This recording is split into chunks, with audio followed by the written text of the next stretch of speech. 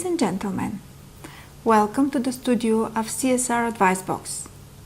I'm Marina Stefanova, and step by step we are discovering the right formula for sustainability of your business.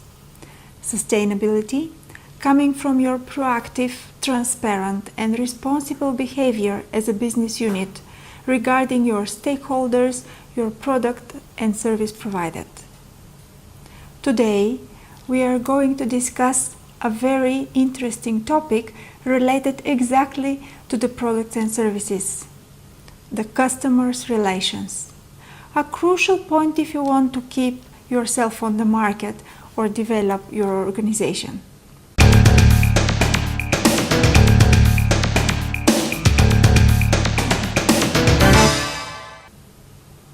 We will discuss what is it, what does it require, how long does it take, how much does it cost, and is it worth bothering yourself with the issue of customer relations. Take a cup of strong coffee, sit comfortably, put your headphones on, and let's start.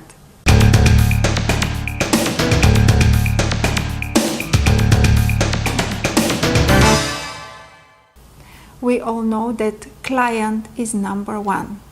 The opinion of customers is so important and so crucial to our business that it is of primary importance to be able to know it, to manage it, and of course, to raise it. So what is customer service? This is the service provided to customers before, during, and after purchasing a product or services. It can take various forms, but its main purpose is to be able to help the customer to get an effective, cost-saving, informative and proper decision on choosing a product or service he wants to use.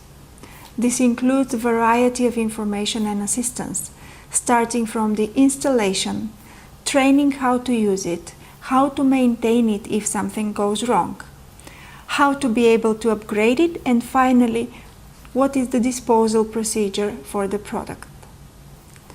Being more concrete on the phrase that the client is always right, let us check most of the important rights and obligations of every customer. First, every customer has the right to be treated with respect. Second, customer has right to receive clear, truthful and timely information on the positive and negative economic, environmental and social impacts of the products or services they would like to use.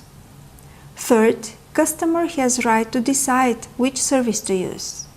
Fourth, customer has right to be heard. And last but not least in importance, customer has right to privacy. So any company should collect personal data or use it in a very sensitive way. On the other hand, we have several obligations and responsibilities of these customers. Let's check them. Customer has responsibility to treat individuals with respect. Second, customer has responsibility to evaluate the costs of a product. Third, he has responsibility to comply with the terms and conditions of the chosen product. And final, customer has responsibility to protect other people's personal sensitive information. As you may see, all these rights and responsibilities are equal, or they respond to each other in a way that it is a holistic process of communication and mutual understanding of what are the roles of each of the parties. The Global Reporting Initiative has given us very clear guidance on how to deal with customer relations. I think you have to notice them and to read them carefully if you are interested in them. They are focused on responsible labeling and marking. They are focused on responsible marketing strategy, on the health and safety of the customers, and a proper attitude to protect the privacy of the data collected and the customers in the customer's relations. On the other hand, the International Standardization Organization, together with the International Custom Relations Institute, have developed several specific standards which I think would be very useful if you start digging in the question.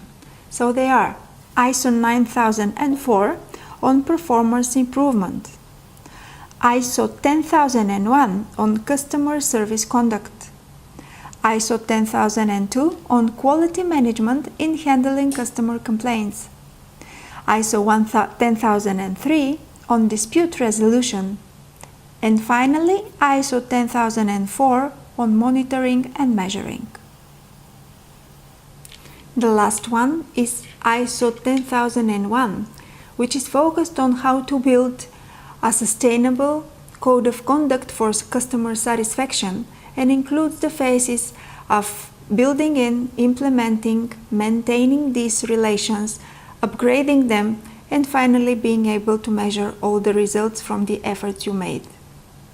My favorite practical question: how to build a successful, maybe the perfect code of conduct for customer relations? First, you have to give a clear scope of this code of conduct. It has to be focused on the geographical area or services or products or the whole relations with customers and the company themselves.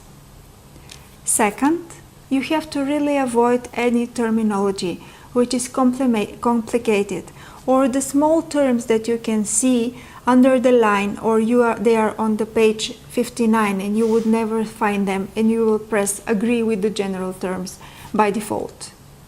Third, you have to ensure everybody that there is a contact point. There is a person who is going to take care of your problem or your question or your suggestion and feedback, and being able to contact them directly. Last, you have to be sure that this code of conduct does not go in violence with some of the legal requirements or industry good practices. You have to align with them and even upgrade them.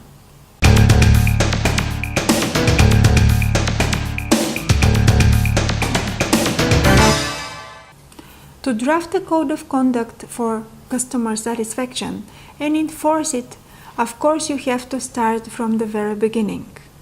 To establish the general frame, to see the scope of this document among all other documents, and to be able to integrate it into the existing written history, policy, and operations of one company.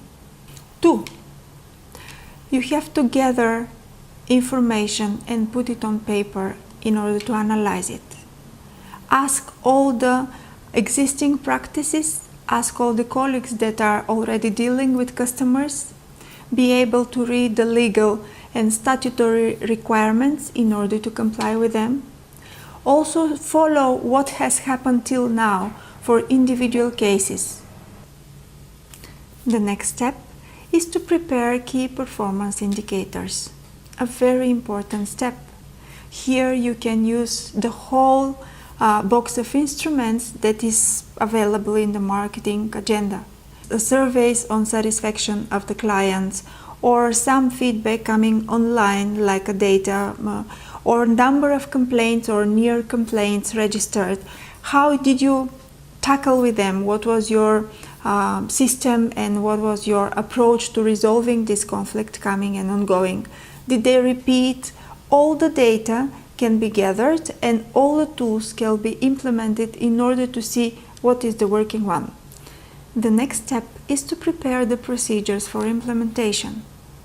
This means that all the people should know its content, be able to communicate it, be able to see if they follow it, if they apply it in their jobs, what is going to be their impact, including their salary, how they are going to bring it into life, into their objectives for work or for growing of their work, and be able to benefit from following and implementing it in their everyday job.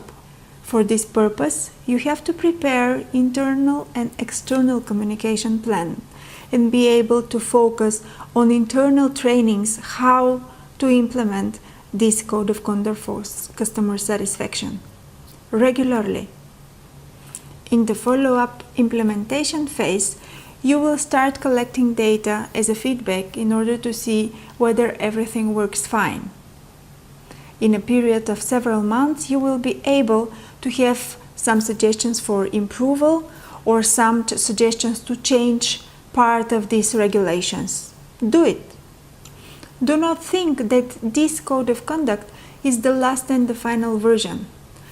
Regular review will be enforced not because only of improvement, but also from other reasons, like changes in legislation, or seeing very good practices from your competitors, or being able to reach some of the good practices in your subsidiaries, your stores, and multiply it among the whole chain that you manage, or being able to read the feedback after having some simulations or having some inquiries and results coming from the customers.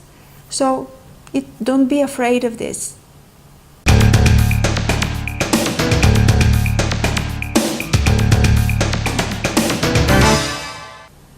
I don't know. The care of the customer and measuring his or her satisfaction is an ongoing process, and it starts from the very beginning when you identify your first potential clients. But building a code of conduct is a different thing. So you have to know what is your procedure, what is the rhythm of your organization in order to be able to produce such a document and implement it correctly. Usually for the smaller companies, it can take between 2 or 6 months. For the bigger ones, unfortunately or fortunately, these processes are quite long, so maybe it can take a year in order to be able to show it, but as long as you already adopt it, you will have a huge communication campaign and a huge step to further enrich the customer satisfaction.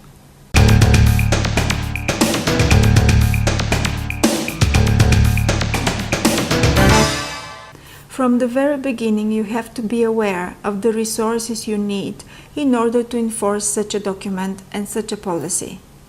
It includes the drafting, using a capacity coming maybe from outside, being able to calculate the administrative time and money that you're going to put from the employees that are involved in bringing this document in life. Later, you have to calculate the trainings, and I am offering you to choose the way to make internal trainings, to rely on your own employees, and to invite additional other specialists only in some special occasions, but the regular trainings can be made by your employees. Finally, if you have made a promise to your customer, you have to be able to keep it. If not, there are some clauses on compensation, and I'm sure that in the very beginning you have to put a budget on them as well.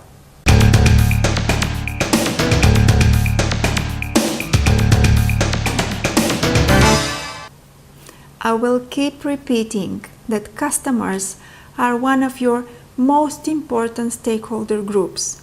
So every effort focused on their satisfaction and engagement, worth doing it. Let's be more concrete. First, when you explain everything and you have a proper policy put in place, you will see, I'm sure, less complaints in order of misunderstanding, in order of not being able to reach the information needed to make these choices, the customer's choices. On the other hand, you will enhance self-regulation and be able to support fair trade practices. This is good for your reputation. You will be able to improve and develop the skills of your employees. And last but not least, you will be in a position to shift your policy and your indicator performance to a customer-oriented behavior. Ladies and gentlemen, thank you for being with me, Marina Stefanova, in our CSR AdviceBox studio. If you find this information useful, go to our YouTube channel and subscribe for our further videos online. If you urge to see the whole season series at once, go and pre-buy them on our website. Like us, share the information, and enrich our society of CSR practitioners online. I'm looking forward to seeing you in 2 weeks when we are going to discuss the environmental compliance and the existing of environmental management system in our company. Till then, follow us in our Facebook page and read all the recent CSR updates worldwide.